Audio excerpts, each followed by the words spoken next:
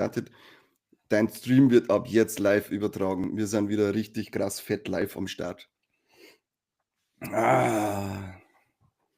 schaut voll crazy aus. Auf YouTube ist tatsächlich jetzt was da, ja. Du hast nicht gelogen. Ich darf nie liegen. Es ist Weihnachten, du siehst es, ich bin weihnachtlich gekleidet. Ich wollte sogar noch einen Weihnachtspulli anziehen, aber der erinnert an eine Affenhitze. Und bevor ich mit der schwitze wegen dem Scheißdreck, den wir mir da fabrizieren, haben wir gedacht, muss das da gelangen.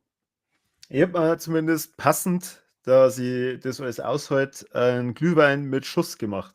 Oh, schau her. Und ich habe einen köstlichen Penninger Eierlikör aus einem Penninger komischen Gefäß. Ja, dann ist doch alles angerichtet. Jetzt fehlt nur noch ein Intro.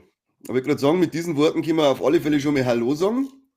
Und während wir mir das drum exen, lassen wir es hin. Aber das Richtige war nicht schlecht.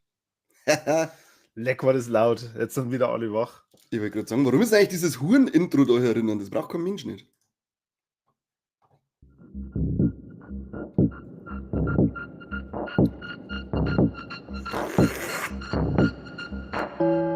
Hier ist der beste bayerische Podcast der Welt mit den Kassettenthemen.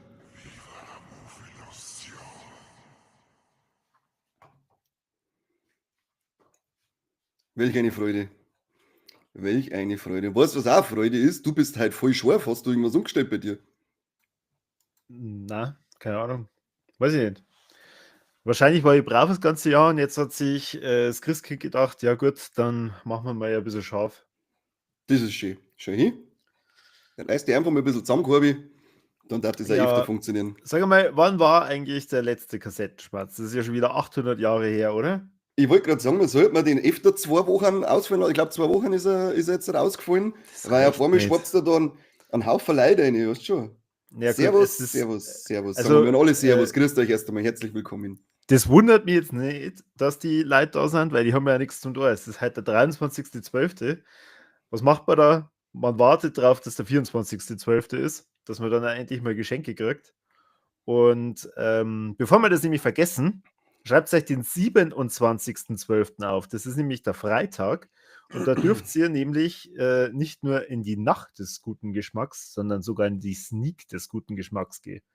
Und dieses Mal moderieren in Neufahren der Mike und ich. Fahrt es auf Neufahren? Ja, hast du was anderes kommuniziert? Ich habe ja noch gesagt, das kommt auf Speedburg. Ich kann aber nur Bescheid sagen, dass es doch auf Neufahren fährt. Also dann ist es anscheinend eine Glückssache, ob Neufahren oder Vilsbiburg. Wir geben euch nur Bescheid. Wo die 2 Hübschen hinfahren werden. Du Lügenbär. Ja, was kann ich dafür? Da heißt schon wieder Prost im Chat herinnen. Was werden die Leute so saufen? Das gibt's ja gar nicht. Snooze, Beni. Was Prost? Ja, ich fange dann schon mal an mit den ersten Informationen.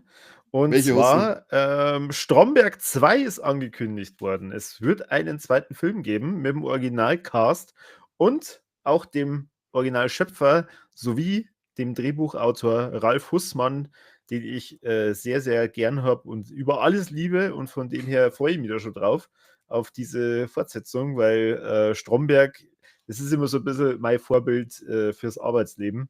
Das werden einige Kollegen von mir bestätigen können, dass es genauso ist.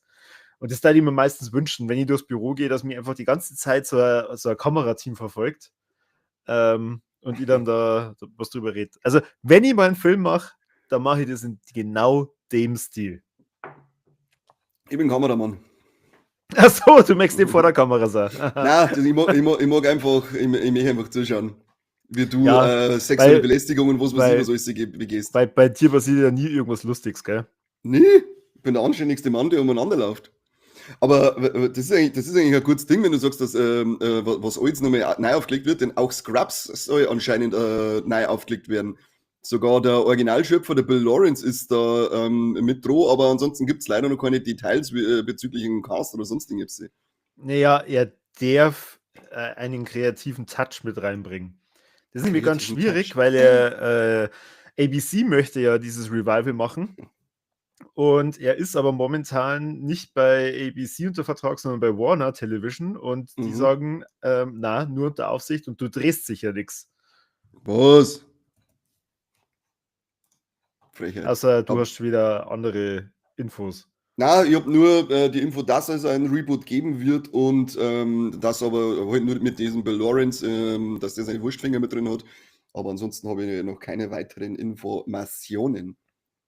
Informations. Super. Aber wenn wir schon bei. Wir sind ja nicht dafür da, dass wir da irgendwie Details rausgraben, sondern wir Ja, nehmen das ist Schlagzeilen das und dann werden die seltsamste ausgeschissen. Nachrichtenformat auf der ganzen Welt. Also wir teasen da nur Sachen an. Wenn ihr mehr wissen wollt, dann schaut's gefälligst selber nach.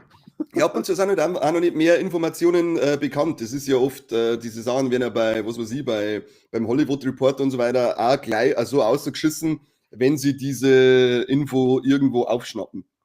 Also, wenn es die Großen darf, dann darf man mir als die noch Größeren das auch. Oh, jetzt habe ich dingt. Mit meinem köstlichen Penninger Eierlikör. Wo es auf jeden Fall auch weitergeht, ist die Netflix-Serie Achtsam Morden. Wer unseren Podcast schon länger verfolgt, der weiß, dass ich da schon mal sehr ausführlich über die Bücher berichtet habe in einer Warlex-Folge. Und die erste Staffel Achtsam Morden bombastisch geil ist. Ist die Also gut? das heißt, Hast du schon durch, oder?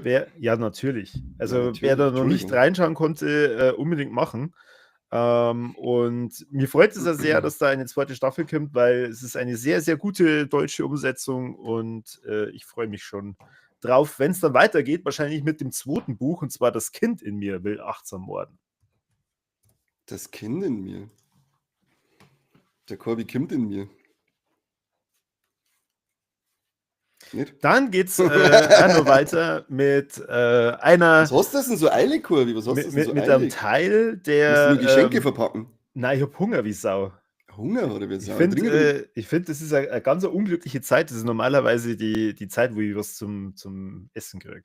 Von wem? Wo ein vierter Teil angekündigt worden ist, wo ich den dritten, den ich mal gesehen habe, ist Meet the Parents. Also, wie heißt das? Meine Stief- Braut, ihr Vater und ich, oder? Menschen und ich oder so. Irgendwie so, ja. Ich und Noah Boleid auf alle Fälle. Genau. Mit dem Ben Stiller, Robert De Niro, Terry Polo und so weiter, die alle wieder in ihren Rollen auftauchen werden. Und ich weiß, du bist ein sehr großer Ben Stiller-Fan und ein Fan der Meet the Parents Filme. Daher wird es dich besonders gefreut haben, dass jetzt endlich angekündigt worden ist, dass ein vierter Teil rauskommt. Ja, mir geht es mich wie dir, den dritten auch noch nicht gesehen, glaube ich. Ich fand die ersten zwei, glaube ich, ganz witzig, soweit ich mich erinnern kann. Die sind auch schon zu lange her, aber den dritten, glaube ich, habe ich nie gesehen. Ich war auch überrascht, als Koster, das ist Teil 4. Habe ich noch, wow. Ja, vor allem, warum muss man aktuell irgendwie gefühlt alles aufwärmen? Also ich muss sagen, das mit Ja, mit den ganzen Revivals verliert so ein bisschen seine Würze. Und ich meine, Ja, ja. es ist ja die letzten Tage nur ein zusätzliches Revival-Highlight angekündigt worden. Mhm. Und zwar Macon mittendrin, kommt auch zurück. Nach fast über 25 Jahren. Und das ist schon krass. Bis jetzt ist angekündigt, dass der Frankie Muniz zurückkehrt, also der Malcolm, Bryan Cranston und Jane Kasmarek. Ich bin mir nicht sicher, ob man das richtig ausspricht. Also der Ja, genau Hell so. und die Lois. Und ob noch mehr vom Cast dazu kämen, weiß ich nicht. Müssen wir mal gucken. Aber Hoffen wir's mal, oder? so wie ich das verfolgt habe, werden es 4 Folgen, glaube ich. Und es geht um den 40. Hochzeitstag vom Hell und der Lois. Der 40. Der 40. Ja, wir haben nämlich auch, es kommt nämlich auch zum Beispiel nächstes Jahr zu Weihnachten soll ein neuer Anaconda-Film kommen, wenn wir schon bei so aufgewärmten Sachen sind. In die Hauptrollen der Paul Rudd und der Jack Black. Yay. Also so 50-50, yay, weil Paul Rudd ist schon geil. Und es soll eine Horror-Komödie auf alle Fälle werden. Naja, weihnachtlich ist Anaconda nicht. Aber die werden schon wissen, was dann am Ende des Tages ist. Was haben wir noch? Ich glaube, irgendwas habe ich noch mit so einem aufgewärmten Ding, das kommt.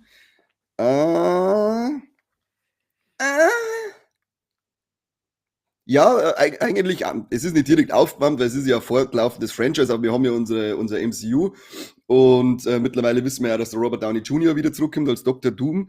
Jetzt ist auch die Hayley Atwell, die Peggy Carter gespielt hat, im Gespräch, dass sie zurückkommt in Avengers Doomsday und der Chris Evans, der Captain America, soll auch zurückkommen in Avengers Doomsday und wir wissen mal, aber da wissen sie noch, oder beziehungsweise sagen sie nicht, in welcher Rolle dass er zurückkommt. Da bin ich ja mal gespannt. Was da treiben. Also ich muss sagen, das MCU hat für mich jegliche Spannung und Würze verloren. Ja, ich bin jetzt der von echt, ich bin auch schon langsam so, also ich schaue es trotzdem an, weil die Fanbrille trotzdem noch auf habe und so und die Geschichten allein unterhalten mich schon. Aber so das Fesseln, wie es früher gehabt hat, bis zu Endgame, das schaffen sie irgendwie aktuell überhaupt nicht mehr. Da dürfen Ja. sie echt einmal irgendwie Gas geben und irgendwie einen gescheiten roten Faden reinbringen, weil das plätschert einfach nur so dahin. Und ich finde, das ist ja ein bisschen ein Armutszeugnis, wenn man dann sagt, Schau, okay, man, Entschuldigung, aber hast du gerade einen Chat? Wir haben einen geilen Gast im Chat drinnen.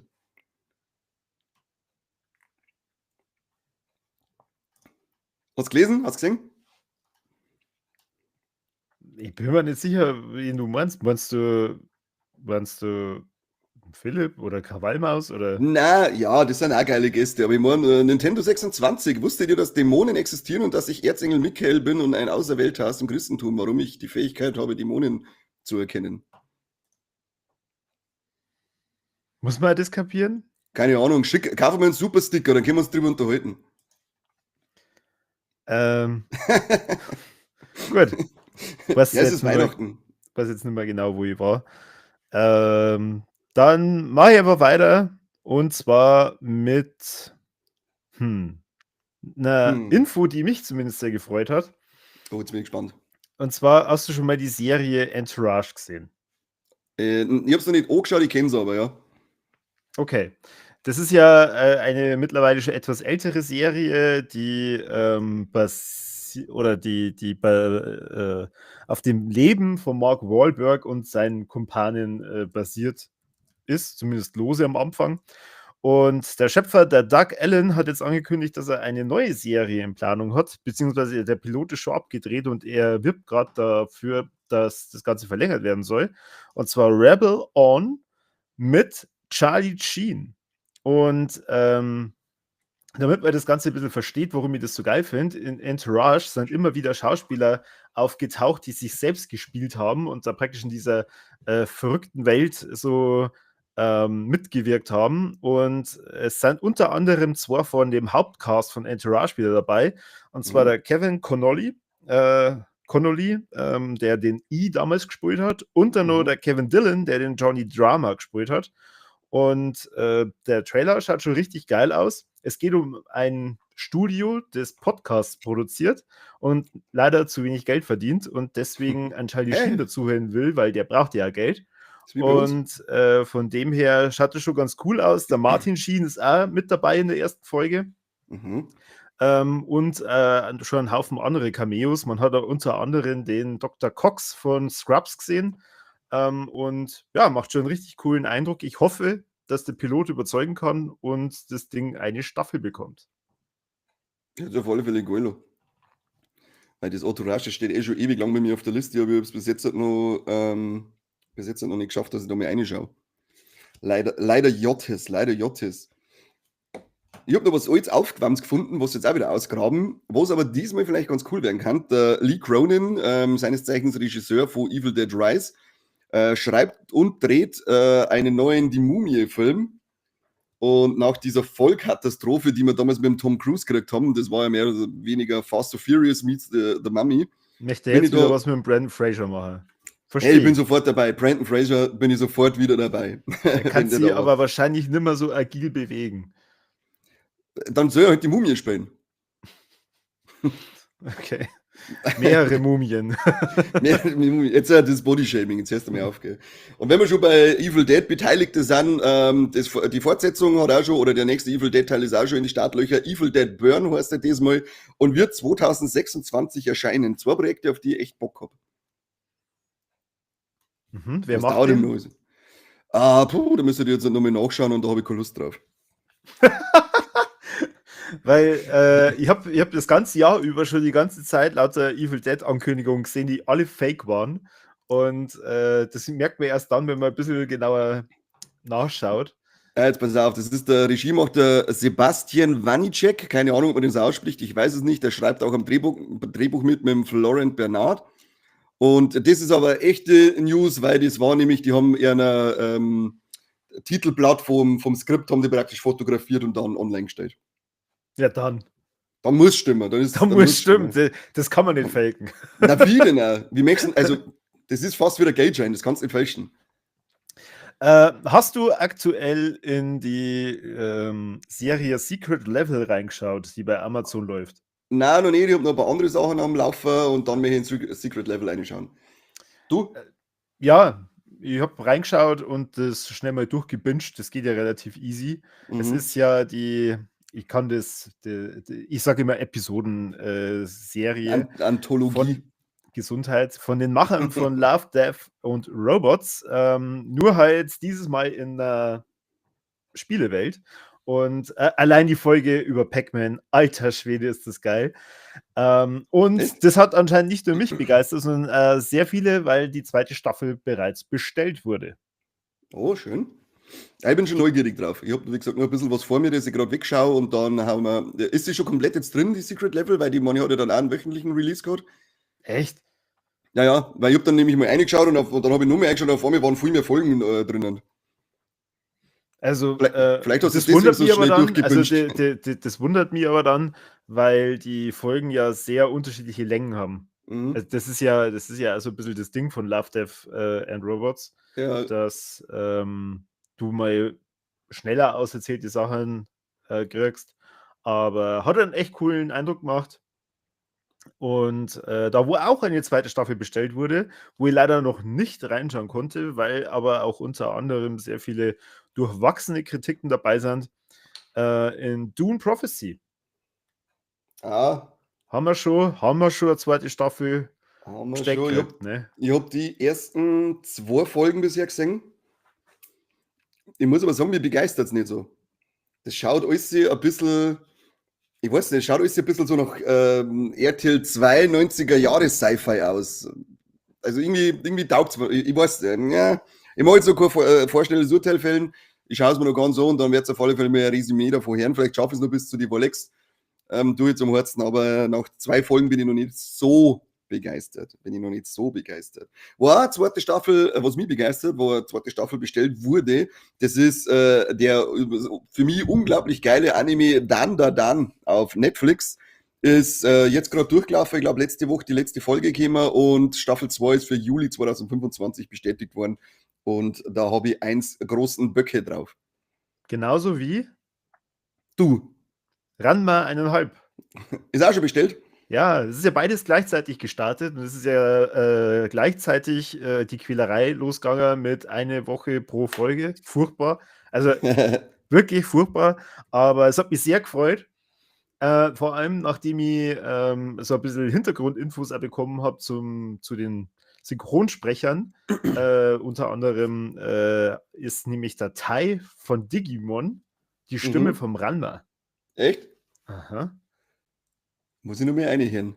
Ja, musst. Aber ich bin Umso sowieso, cooler, dass das Ganze weitergeht. ich bin ein Stimmendepp, also ich höre das oft nicht. Also das muss man mir oft einmal sagen, hey, das ist die Stimme von dem und dem, weil ich selber hocke da nicht so, Für die klingt bei uns im Podcast einmal alles gleich, gell? Ja, redet der Corby, der Mike, Seppi, keine Ahnung, red ich.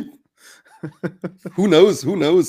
Wer sich auf 28 Years Later gefreut, markiert sich gleich mit den 16.01.2026 im Kalender, denn da ist dann der offizielle Kinostart. Und was noch 2026 kommt, verdammt, jetzt habe ich den falschen Zettel, glaube ich, da gehabt. Der Clayface-Film jetzt.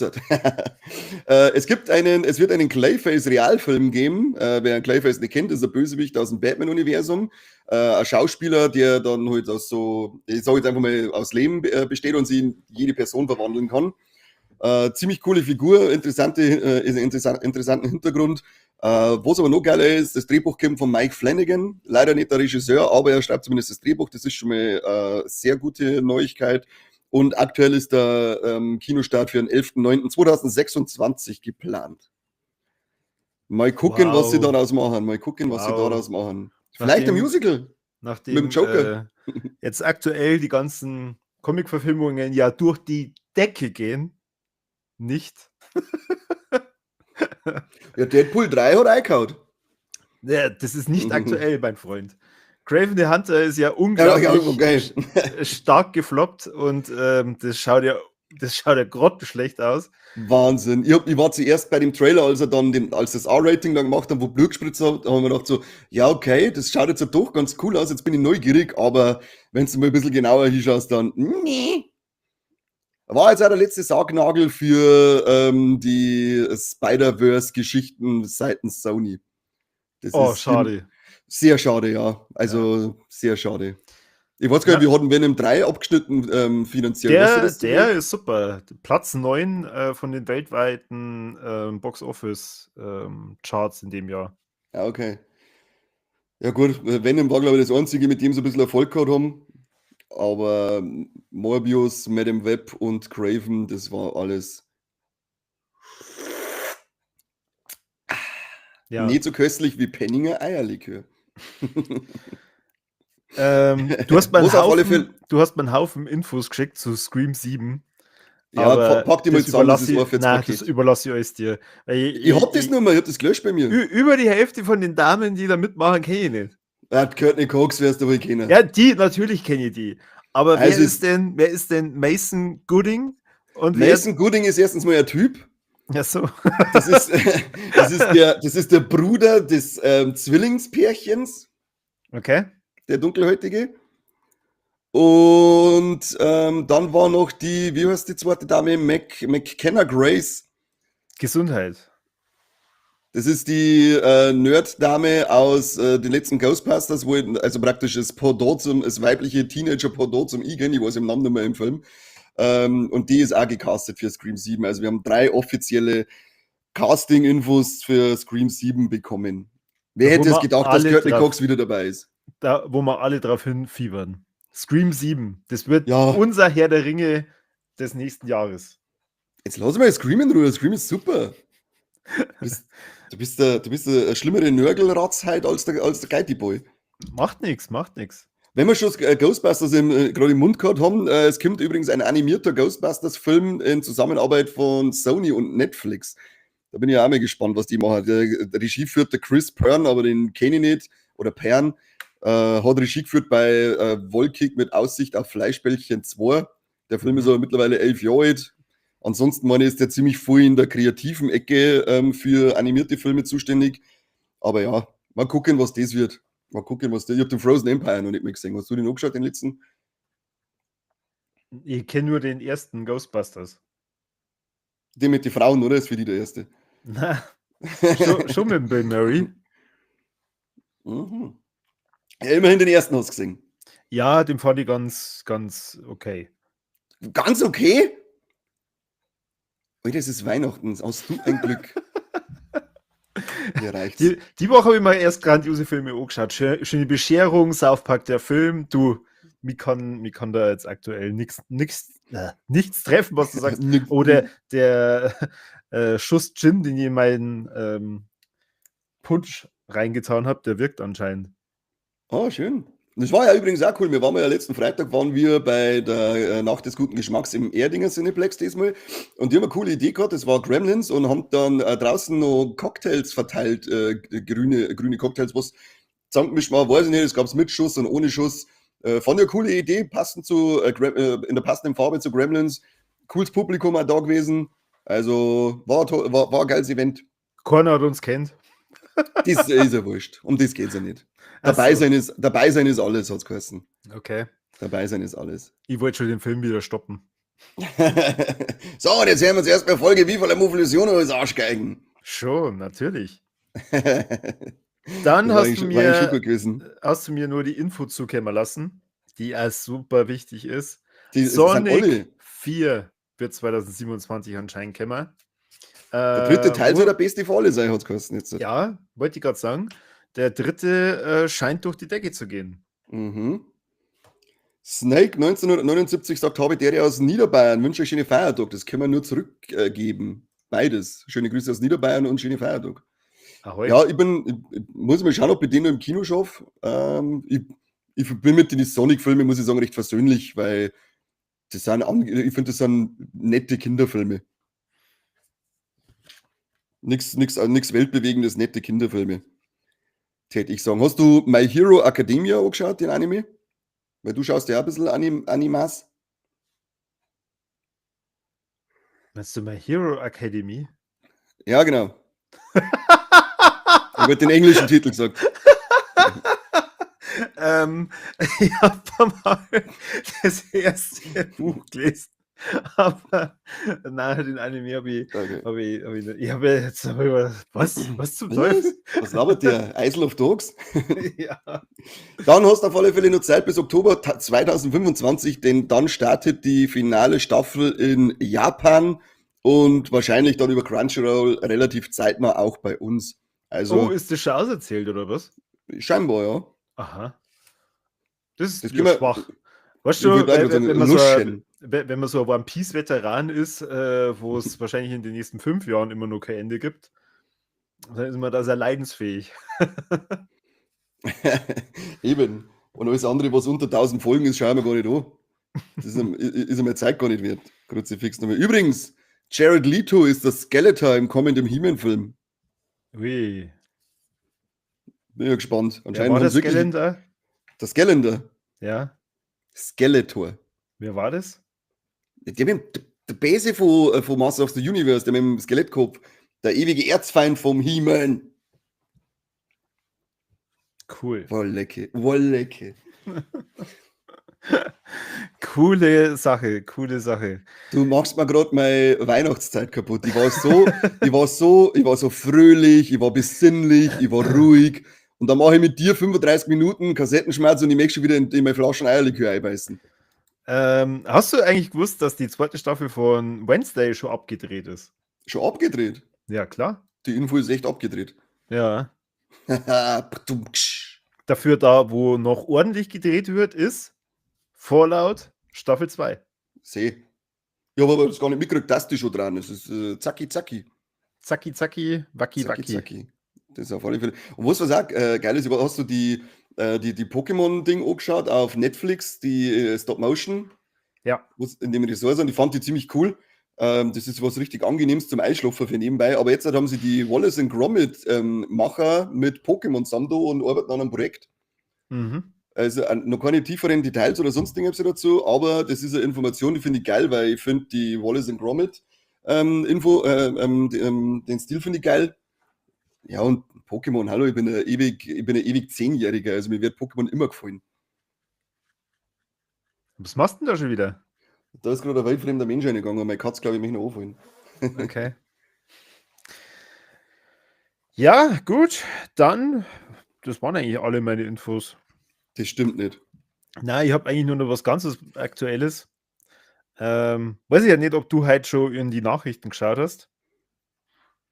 Und die normalen Nachrichten. Die Ehefrau vom Ryan Reynolds, die Blake Lively, hat das Produktionsteam und den Co-Darsteller von ihrem, wie hieß denn der Film?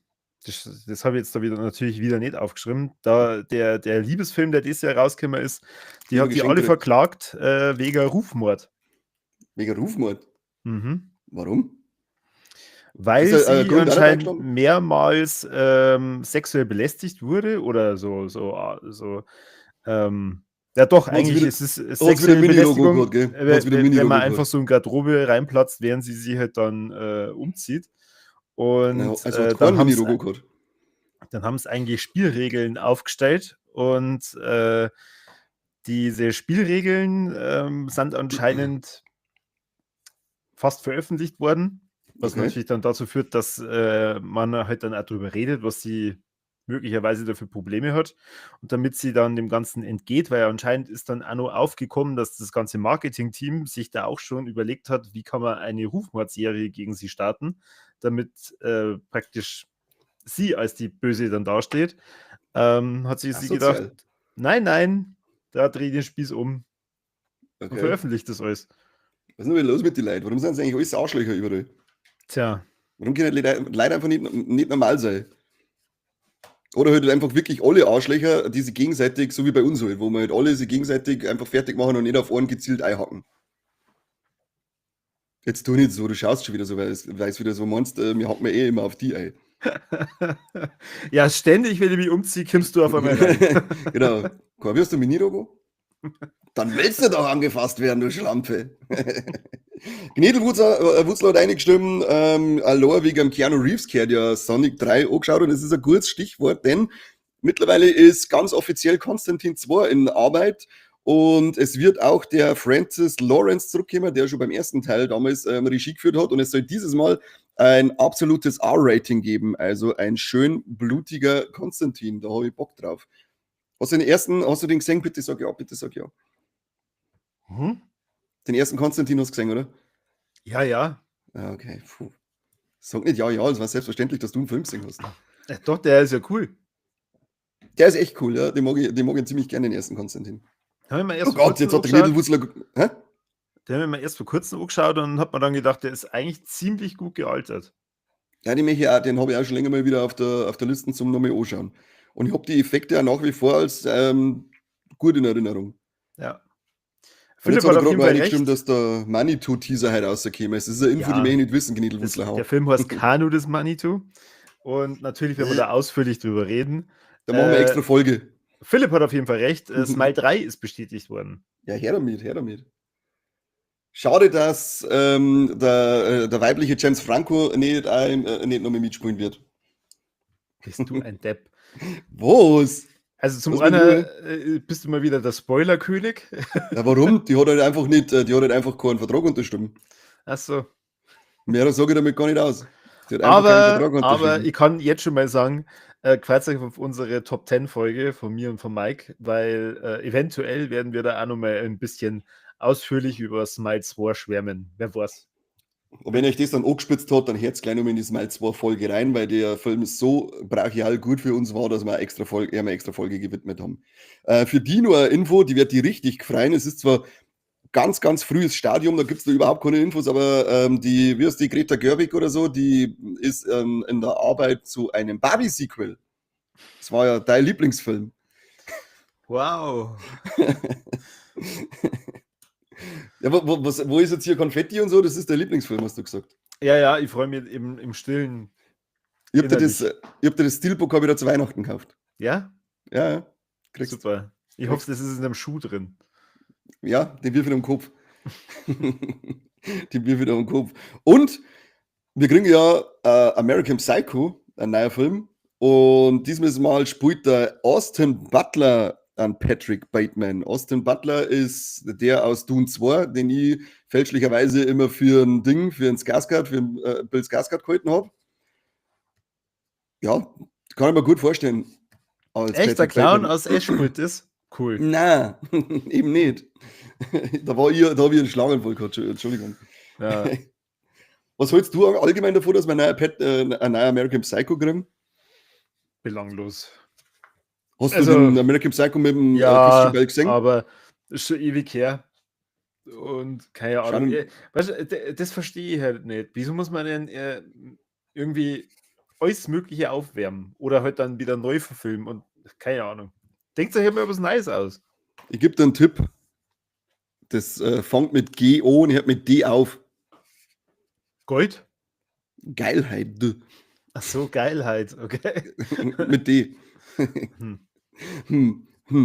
Und was ich auf der einen Seite cool finde, auf der anderen Seite ein bisschen vergeben, ist ein Cast für einen Mando-Film, für einen kommenden Mandalorian-Film. Und zwar haben sie einen Jeremy Allen White gecastet. Er ist der Hauptdarsteller von The Bear oder der Lip aus Shameless, aber nur als Voice-Actor für Jabba the Hutt, seinen Sohn. Das ist doch mal ein Schlag ins Gesicht, oder? Das ist aber richtig bam. Wenn man dann sagt, ja, also du darfst gerne mitmachen, aber du bist zu hässlich. Obwohl er eigentlich gar nicht mehr so hässlich ist, der Kerl. Aber ich finde es cool, dass er mitmacht, aber wir als Deutsche, wenn wir uns halt dann auf Deutsch schauen, dann hast du erstens mal gar nichts vor ihm als Voice-Actor und zweitens finde ich, ist es ein so unglaublich guter Schauspieler, den würde ich gerne lieber in der richtigen Rolle im Star Wars-Universum sehen. Aber das kann noch werden. Zumindest wissen wir jetzt, dass wir Jabba the Hutts Sohn endlich im Real Life sehen werden. Wir haben ihn bisher nur bei The Clone Wars gesehen. Und jetzt Jabba the Hutt, Fettsack Baby. Wie hat der denn ein Kind machen können? indem er seinen fetten Schwanz in das fette Arschloch von seiner Jabba-Frau steckt. Zu deutlich? Und unlogisch. Warum? Wie geht's denn dann? Na, ja, belass es bei der Wahrheit. Okay, passt. Okay, ich wollte jetzt nicht, dass du da mein Weltbild zerstörst. Ja, doch, für dich funktioniert es so. Ja, puh. Sehr schön, sehr schön.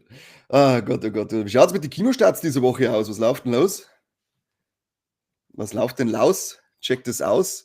Ich glaube, der Mufasa startet die Woche, kann das sein? Du hast doch die tolle Liste vor dir, oder? Gibst du? Na, Okay. Warum nicht? Warum nicht? Ich wiederhole, warum nicht?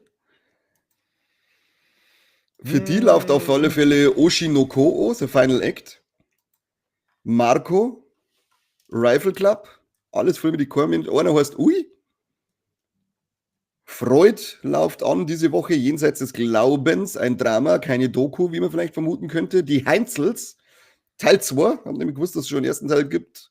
Und ja, wie gesagt, Mufasa, die Vorgeschichte zu König der Löwen, alle haben danach geschrien. Die Kinos werden überflutet werden von Leuten, die die Vorgeschichte des König des Löwens sehen wollen. Corby und ich gehen wir jetzt nach dem Stream noch schnell und schauen uns Mufasa an für euch. na, Nicht? na. Dann habe ich mit euch, dann gehen wir doch nicht. Ich komme da so durcheinander mit den ganzen Namen und was weiß ich. Das haben wir doch eh schon mit dem Kassettenschmerz gehabt, oder? Ja, na. Nee, da ist schon wieder. Ich werd dann wieder wüst beschimpft, weil ich dann irgendwie den Scar mit dem Mufasa verwechsel und was weiß ich. Das, Ja, wie kann man so blöd sein? Ja, na. Ja, die Krawallmaus ist wieder auf 180 dann. Aber zumindest hast du nichts gesagt über Harry Potter halt. Na, Noch nicht. Übrigens, markiert euch noch den 17.01. im Kalender, denn da ist die nächste Nacht des guten Geschmacks mit Schlafwandler, die Verfilmung zu dem Buch von Stephen King aus den 90er. Wer ihn noch nicht gesehen hat, cooler Film, wer auf Katzen steht, muss auf alle Fälle eine und sich den Streifen anschauen. Ja, und am 17.01., wenn wir da sind, dann ist es ja, da ist der Film scheißegal, wir sind da, es darf uns so lange, es darf uns ein Bier kaufen und wenn das nicht Grund genug ist, dass man ins Kino kommt, dann weiß ich es auch nicht. ja, Dann genau. weiß ich es auch nicht. Zu Und guter Letzt, weil du bis hast ihr noch was? die Zeit überbrücken wollt, dann hört euch jetzt mal die Robocop-Folge dann an. Auf YouTube ist sie übrigens schon live. Ihr hättet sogar, wenn ihr Mitglieder wärt bei uns bei YouTube, dann hättet ihr die schon seit Samstag hören können. Also Ja, bitte. wer das nicht gemacht hat, ist ein direkter Depp. Ja. Wahnsinn. Morgen ganz Wahnsinn. regulär bei uns im Podcast und es ist ein absolutes Highlight. Sie haben es nicht wirklich ausgeschmückt. Ich hätte eine halbe Stunde darüber geredet. Es ist eine Konstellation, die gab es bei uns bisher noch nie. Irre. Der Seppi und der Mike haben Ohrfolge gemacht. Irre. Komplett irre. Und, was auch noch wichtig ist, ich weiß nicht, hast du noch irgendwelche News dabei? Wie schon gesagt, es kommt nächste Woche dann die Top 10 Folge raus, wo wir dann über unsere Letterbox Rankings sprechen. Das ist natürlich auch wieder sehr schön. Mhm. Und ansonsten, Weihnachtsfolge wird die Tage auch erscheinen. da kümmert Die ist sich aber noch- der Kani drum. Die ist Da noch in halte ich, Arbeit. da halt ich mich ganz weit, wenn ich da hinten stehe und da zugucken, wie das dann Faules- veröffentlicht wird. Faules Dreckschwein, sage ich dir. Ja, mal. so Faules ist es. Dreckschwein. Habe auch nicht Ähm, ich produziert. Krawallmaus. Das kann man nämlich auch nur kurz reinwerfen. Wir haben nämlich seit kurzem ein, zumindest im Hintergrund, neues Mitglied, der Marc. Und der hat diese Marc, Folge geschnitten. Schauen wir mal, ob das was ist. Ich muss jetzt nachher dann einmal Kontrolle machen. Und da wird es nie rauskommen. Ja, wahrscheinlich. Und der Marc wird wahrscheinlich auch verschwinden. Du hast noch nichts über Harry Potter geschimpft, Krawallmaus hat ihn noch nicht anfangen können. Da übrigens, die HBO-Serie Harry Potter fängt im Sommer 2025 mit den Dreharbeiten an, nachdem 32.000 Kinder für die Lead-Rollen vorgesprochen haben. Möchtest du jetzt schnell irgendwie ein wenig über Harry Potter maulen, damit Krawallmaus noch... Hey Philipp, danke schön, schöne Weihnachten, sagt er. Oh, danke Philipp, das ist aber lieb. Süßes Baby ist der Philipp einfach. Das ist Ohrglühwein. Geil, den teilen wir uns aber. Na, Was? Krawallmaus hat noch gefragt, ob der Kobi mittlerweile seine Gutterlachskarte hat. Hat er noch nicht, weil er noch nicht Geburtstag gehabt hat, aber er wird eine besitzen nach seinem Geburtstag. aha. So viel kann ich schon mal spoilern für den Kobi seinen Geburtstag. Überspring meinen Geburtstag übrigens nächstes Jahr. Ist mir scheißegal. Okay. Dann kriegst du einfach eine aus Because I Love You. Oh, Gniedelwutzler hat uns auch schöne Weihnachten und Feiertage gewünscht. Kniedelwutzer, mei. Wünschen. Schau, jetzt kann sich jeder einen Glühwein leisten. Jetzt müssen wir uns nicht gegenseitig zusammensäufern. Die anderen sagen wir nichts davor. Natürlich nicht, die haben halt nicht mitgemacht, die faulen Pisskipp. Um nur kurz zum Abschluss zum Thema. Unsere Streaming-Charts. Ich fange mit Platz 10 an. 100 Years of Solitude, Staffel 1 auf Netflix. Platz 9, Queer Eye, Staffel 9 schon. Habe ich noch nie von der Serie gehört, auch Netflix. Platz 8, The Madness, Staffel 1, Netflix. Platz 7, Lioness, Staffel 2, Paramount Plus. Platz 6, The Ultimatum, Marry or Move On, Staffel 3 auf Netflix, kenne ich auch nicht. Platz 5 ist The Day of the Jackal. Platz 1 Peacock. Bei uns läuft die übrigens auf Wow mit dem Eddie Redmayne, meine ich, heißt der Hauptdarsteller aus zauberhafte, verrückte Viecher aus dem Harry Potter-Universum und wo man es findet. Ist übrigens auch schon Staffel 2 bestätigt worden und ihr kommt wieder dazu. Platz 4 Black Doves, Staffel 1, Netflix. Platz 3 La Palma, Staffel 1, Netflix. Platz 2 No Good Deed, Staffel 1, Netflix. Und Platz 1 Landman, Staffel 1, Paramount Plus. Was ich in dieser Liste vermisse, ist Skeleton Crew, ihr Arschlöcher. Schaut mir mehr Skeleton Crew. Was ist los mit euch? Das ist eine unglaublich geile Serie. Star Wars meets The Goonies. Richtig schöner Abenteuerflair. Hast Ja. du da nur eine Serie gekannt, die jetzt da aufgelistet war? Nur diese The Day of the Jackal. Aber auch nur vom Namen her gesehen habe ich es nicht. Ansonsten, nein. Vom Namen her vielleicht einmal gehört, aber nicht Wir ordentlich gesehen. bräuchten tatsächlich Streaming-Charts, die irgendwie unsere Region betreffen. Oh, lecke. Also- Damit meine ich nicht Simbach, sondern ich meine Deutschland. Ach so. Ja. Bist du dran an dem Thema? Bist du dran an dem Thema? Wie schaut's aus? Nein, Also, nein. Okay, dann halt nicht. Dann halt nicht. Ja, Ja? das war's. Dann, Da ist du, dann nimm ich nur mal meinen letzten Schluck aus hier, meiner Punschtasse. ich aus meinem Penninger Da Blutwurz-Gefäß. können wir ja virtuell nur anstoßen, so. Hier. Klink. Gott, war das furchtbar. Na, es war voll zärtlich. Dann mal schauen, ob wir nächste Woche noch mal einen Kassettenschmerz für euch reinzwickern. Was haben wir denn nächste Woche? Da ist dann der 30. und der 31. Lasst euch überraschen. Wir werden es wieder auf Instagram ankündigen, falls es einen geben wird. Wir können so wenig sagen, Weihnachtszeit, Silvesterzeit, es ist Stress pur. Man muss so viel saufen, so viel Drogen nehmen, so viel Nutten bumsen. Es ist unglaublich. Wir gehen überhaupt nicht mehr rundum. Ständige Tests auf Sexualkrankheiten, die alle positiv ausfallen. Also nehmt es uns nicht übel, wenn wir nächste Woche nicht wieder einen Kassettenschmerz schaffen. Wir tun unser Bestes. Danke fürs Zuschauen. Danke an die großzügigen sind es Supersticker gewesen oder waren es einfach so Spenden? Ich glaube, das sind besondere Nachrichten. Danke an die besonderen Nachrichten. Habt morgen schöne Weihnachten, habt eine schöne besinnliche Zeit mit eurer Family. Wenn es euch geht wie im Seppi, dann Notfallnummern und das ist das Zeichen für häusliche Gewalt. Merken. Dann hören wir uns morgen offiziell zu Robocop, die Tage offiziell zu der Weihnachtsfolge, nächste Woche eventuell zum Kassettenschmerz. Und wer einen Corby und einen Mike live singen möchte, der kommt am 27.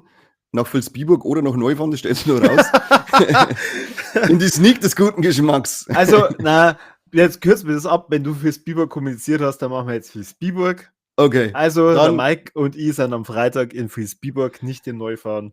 Okay, passt. Dann dürft ihr uns dann nochmal Geschenke überreichen. Wir freuen uns. Linksgeschenke. Und ich wünsche euch auch frohe Weihnachten, einen guten Rutsch. Sollten wir uns nicht mehr sehen oder hören, aber ich bin schon beleidigt, wenn es ja am Freitag nicht kommt.